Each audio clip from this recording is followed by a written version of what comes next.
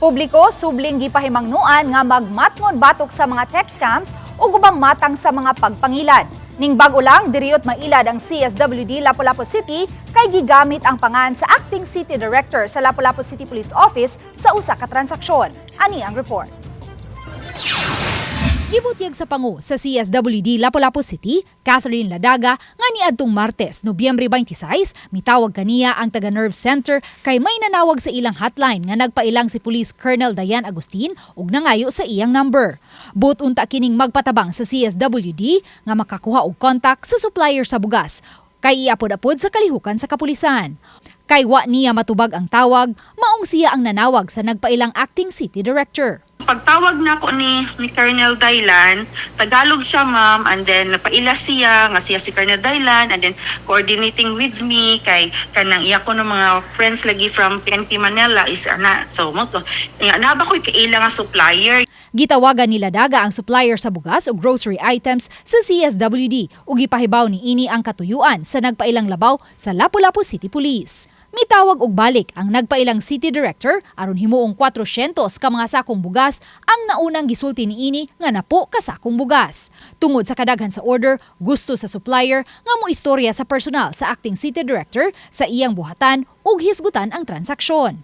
So ni okay siya. However, after mga minutes ra pud ko no, ni message sa iya nga kanang magpa-load lang sa ako no siya og 10 katag 500.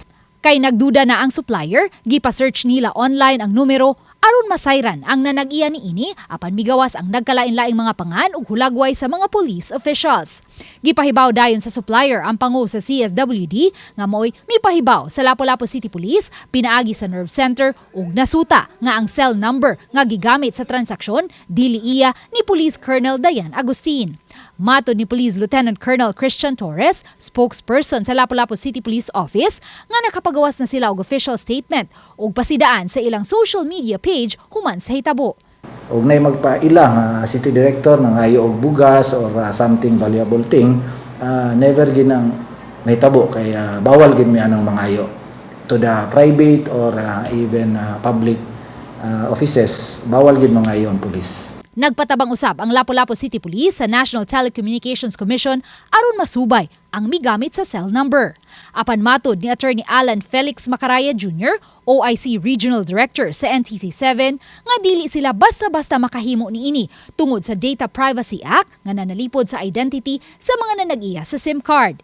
Gikinahanglan pang musangat og reklamo sa korte sa tuyo nga mailhan ang nanag-iya sa SIM card nga gigamit sa pagpangilad. Dili na sa ingon nga gamit ang SIM Registration Act. Gamit gyapon ang SIM Registration Act because we have the database sa katong mga owners, SIM numbers, ang kanilang mga suppletory laws. No? Kaning dapat mo-add sila og balaod or i-revise nila gamay ang SIM Registration Act to allow katong mga tawo nga nailad, na scam sa text through text. Sa habig sa CSWD, gihimug-atan nila ang kamahinungdanon sa pag-verify sa kasayuran. Dapat quick pud imuhang response, quick ang pag-decide to verify mismo sa tagtungod kung siya bagyod.